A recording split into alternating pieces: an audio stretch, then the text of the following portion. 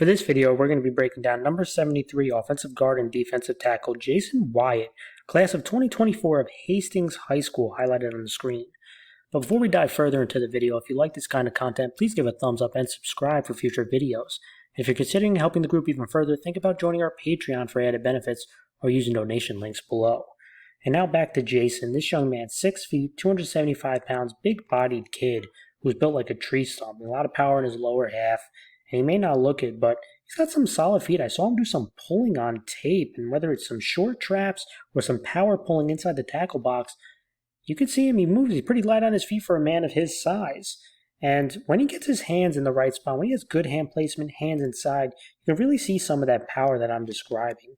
Now, I did see quite a few pass pro reps, and I thought he held up pretty well at the guard spot. He does a good job of using defensive linemen's momentum against them. And again, things he can work on, definitely can work on his feet more and blocking in space. I think that's another big thing, which is, again, using your lateral quickness, and that's something he can work on.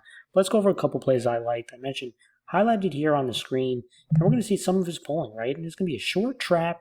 They're going to be faking the run one way, handing it the other, and this trap right here. And when he lines you up and he gets some good momentum going, he can deliver some power here. Here's a short trap. Look at the defender coming up the field. I like this. Head on the inside on the trap here. Good contact, initial contact, and he absolutely buries that defender right there, puts him to the ground. You can't even see him, almost like he puffed into air, but he absolutely destroyed that guy. And again, moving pretty well on these short traps, short power pulls. I think he could be pretty successful at the guard spot. And when he gets that momentum behind him and he gets good hand position, he can really deliver some pop. But the important thing is when you do these traps, head on the inside, right? You don't want to square them up. You want to seal them away from where the running back's going, which is underneath you. Let's do it one more time.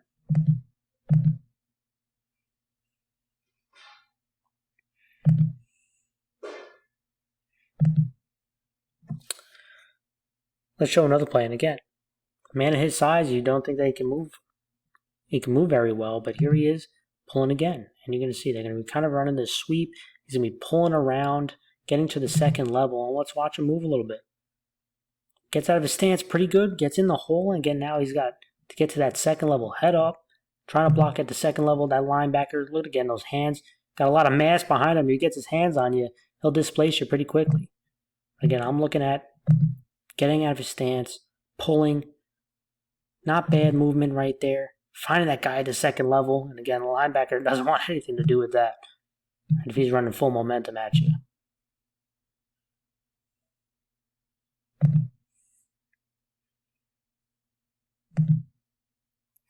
Let's go to another play and kind of talking a little bit about the pass blocking. Again, he does a good job of using the defender's momentum against him where he kind of lets you pick a side, and now he's going to put all his weight and he's going to really drive you in that direction. And here he is highlighted again. You got this defensive tackle trying to pass rush him, trying to get an inside move. But again, the powerful hands, when he gets good hand placement, he just washes you inside here. And now, defender going up the field, look at all this open space for his quarterback, right? And that's what opens up because he just drives his defender, again, way inside here. And that's what he can do for you when he gets his good hand placement.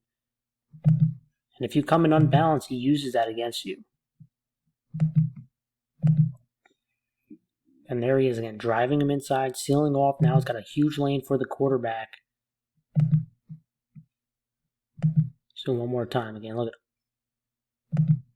Again, big body kid. It's hard to bull rush him. You're going to use your speed, but you got to make sure you get by him quickly because he'll just wash you down. And that's an example of it right there. Let's go to the final play. Here he is right here. And again, similar situation.